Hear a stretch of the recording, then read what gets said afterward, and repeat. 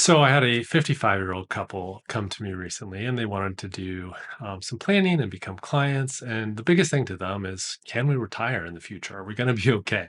They'd done a pretty good job saving, but they'd never really run through their numbers. They'd never really put in into context if they've saved enough and what that looks like. So what I want to do is just kind of run you through at a high level their case example and give you kind of some ideas so that you know whether you are on the right track for your retirement.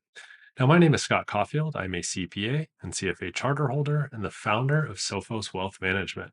So, if we take a look at this couple, they are, I kind of changed some of the numbers around just to make it a little simpler today. So, we're going to say that they're both 55, they're a married couple. They've got right at $1 million in investable assets. They also own their home with quite a bit of equity in it, just about 720,000. So their total net worth is about 1.7 million.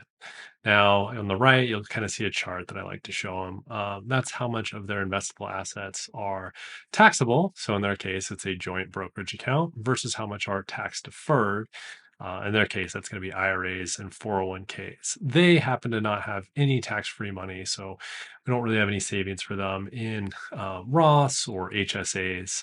In an ideal world, we might see kind of a blend of those things, but you know that's just a makes tax planning easier. It's not always necessarily the right move, right? Where you want to save is often going to be more dependent on what your current tax rate is versus the future and how you can kind of optimize those savings there. So one thing to note in their case too, their marginal tax rate is between 22 and 24%. One of them gets pretty variable commission, so they can kind of bounce between those two tax brackets. Next kind of piece of their puzzle is looking at their future Social Security.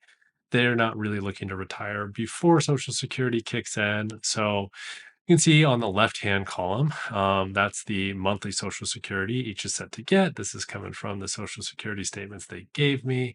Um, then we adjusted that for inflation. We used a 3% estimate.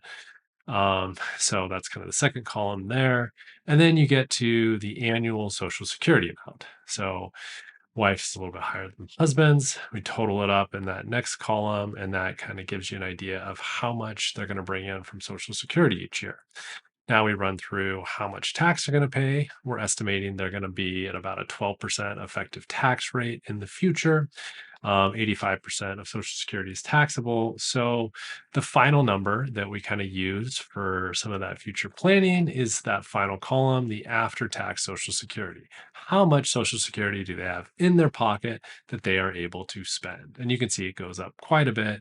Because if you take early, you're getting kind of penalized with a lesser amount, and if you're taking later, that's able to grow to its full amount. I think in most cases that's age 67. And then if you keep on letting it grow to age 70, it can go up and up and up.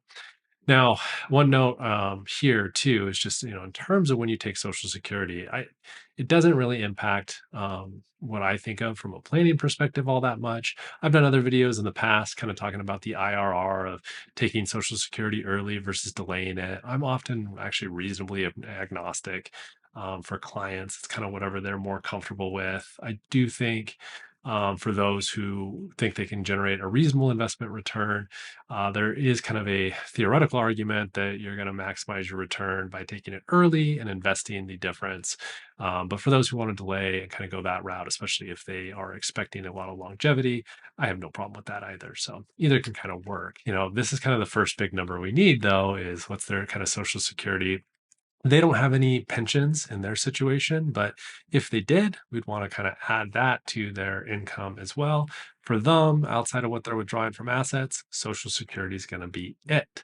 So, next thing we had to think about though is healthcare. If they retire at 62 or early at all, they're going to have to pay out of pocket for healthcare. Currently, their companies are covering it for them, so they don't actually have to pay anything for premiums. What we did here is I just took the numbers for what the marketplace premiums would be. You can kind of see that next to the years. So that's what the premium is each year and adjusted for inflation. Then we did put a present value on the amount of premiums they had to pay because what we want to get an idea of, we don't think of those premiums you have to pay for healthcare if you were to retire before 65 and you're on Medicare. That's not going to be part of your permanent spending. But if you do retire early, you need to take into account kind of the extra amount you need saved. So if they were to retire in 2032, we'd want to add like $100,000 to kind of whatever amount of assets we think they need to just support those 3 years of healthcare.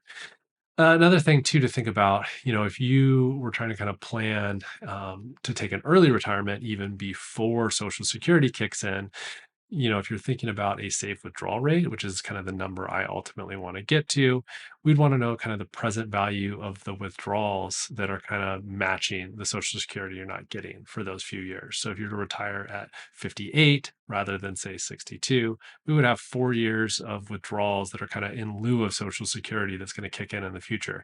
So we'd want maybe some sort of present value number for that if you're going to retire at 58 to again bridge us to the safe withdrawal rate that we'll probably calculate at 62. So the thing too, I was just using a 3% discount rate on those present values here. You can kind of switch between 3%, 5%. Kind of depends on where you want to be at and how conservative you want to be. Inflation, again, using 3%. Depending on what you look at historically, inflation, most numbers are at between 2 and 3% for US inflation. Healthcare inflation the last few decades has been much higher than that. So, again, use some discretion here. Where does that actually leave this couple? So here's kind of a big spreadsheet, lots of maybe looking confusing numbers, but what I want to break down, let's just kind of go through it real quick. So for the wife, she was going to max out her 401k contributions plus a match. That was going to get her to 30,500 each year. So you can see kind of the upper left, that was part of our assumption. Again, we're assuming those future tax rates for them about 12%. We had those 57% of tax deferred. Big one, 2025 cost of living, 132,000. This is what clients and prospects have the most control over. If you want to be retiring earlier or in a more comfortable spot, this is, the number you can usually change. We all wish we had more assets, but in the moment, there's not a lot we can do about that. Spending is always the biggest one that we kind of have a lever over, but bringing that down can be pretty painful. Again, I like to use kind of a 3% inflation number. So you can see we go kind of bracket by bracket here. We got their cost of living. We bring in their after tax Social Security. The difference between the two is the funding need. So that is how much money they are going to need to fund the rest of their spending. And this is going to need to be an after tax number. So to get to this, we need to figure out what's the pre tax withdrawal, right? So whatever they're taking from a withdrawal, they're going to have to pay taxes on that. So we need to reduce the amount of the withdrawal that goes to taxes. So that's where the pre tax withdrawal comes from. And then the next two columns are the 4% withdrawal, 5% withdrawal. So using 4% or 5% safe withdrawal rate, how much assets do they need? And when I'm talking to assets, I'm excluding their home because that's part of their spending is assuming they already still own that home and they've still got their ongoing mortgage. So we are just looking at their liquid assets, currently 1 million. So if they were to retire in 2032 with a 4% safe withdrawal rate, they would need 2.8 million. If they were to take a 5% safe withdrawal rate, they would need 2.2 million. And then we add on that present value of healthcare. So it's only those 3 years, but they kick in before Medicare. And we get to that, the adjusted 4% portfolio need and 5% portfolio need. So you can see again, 2032 goes up to 2.9 million, or in a 5% case, 2.35 million. So all these numbers, what does this actually mean? Well, this is kind of when I talk to clients, the big takeaway here is how much do we need your portfolio to grow to actually hit that amount of assets? And what you're seeing in that last column, so to get to the 4% safe withdrawal rate portfolio in 2032, they would need a 14% growth rate between now and then. Now, I would call that, not likely. So we've had great equity returns the last decade. And the problem too is if you were to achieve 14%, equity returns between now and 2032, and assuming you did roughly the same as the market, this isn't just some outperformance number. Well, then the market would be, I already think it's very expensive. It would be even more expensive. And I'd be pretty worried about your sequence of returns. You'd have a really egregiously expensive market. I mean, I already think we have an egregiously expensive market, but if you get 14% returns per year between now and 2032, oh, mama, would it be a pretty crazy market. Now, to get to that 5% portfolio by 2032, at 10.45% return, that could happen. So as I look through these though, where does it start getting kind of likely or realistic? I would say look at like 2034. You're talking about 9.4% for 4% safe withdrawal rate, or a 6.5% for a five. You get down to some of these numbers. I mean, gosh, you only need, if they wanted to retire at 2037, they would only need a 4.7% growth in their portfolio between now and then, even on a 4% safe withdrawal rate. So very conservative, pretty safe to say, yeah, you'd be good there. And a lot of these things are, we want to think of this as kind of like a living document. So is it possible that their 401k contributions go up? In fact, something I didn't show here, they're going to save into an HSA and try to kind of max that out each year, and may need to not really tap that for a number of years. So kind of another source of contribution growth. Maybe they're able to save additional into a brokerage account. So all these kind of things can kind of really help. Maybe their cost of living is lower, which would make retirement that much easier. Now, if their cost of living is actually higher, that's going to make all these things more challenging. Once we kind of come up with some of these baseline assumptions, then we can start kind of tracking, what are you actually spending? How is the asset growth going? What's your portfolio doing? And kind of check in and see where we're at. And then, I love getting to that ending safe withdrawal rate, just because I love seeing kind of one number, right? If we can get you to a 5% safe withdrawal rate, and we can just say, okay, there's not a ton of assumptions in there. So if we can get you to that, I kind of know, okay, we feel comfortable that you're going to be able to do that in retirement. I don't love the Monte Carlo and some of the other things.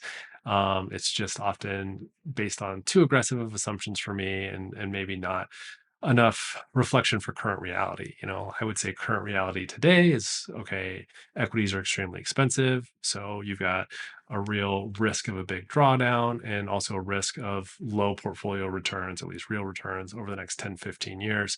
As Kitsis and others have shown, that's a real killer for retirement and safe withdrawal rates. So that's why I kind of like just using that safe withdrawal rate, because we can just take into account those conditions and kind of say, well, maybe we shade on the lower side rather than a 5 or 6% withdrawal rate. We want to be closer to 4 if equities are still at these valuations. If in 2032 equities are cheaper, on a valuation basis, then maybe we can, shade it closer to the 5% safe withdrawal rate, or a 5.5% if they really do get cheap. So that's one of the reasons I really like doing it that way and looking at that.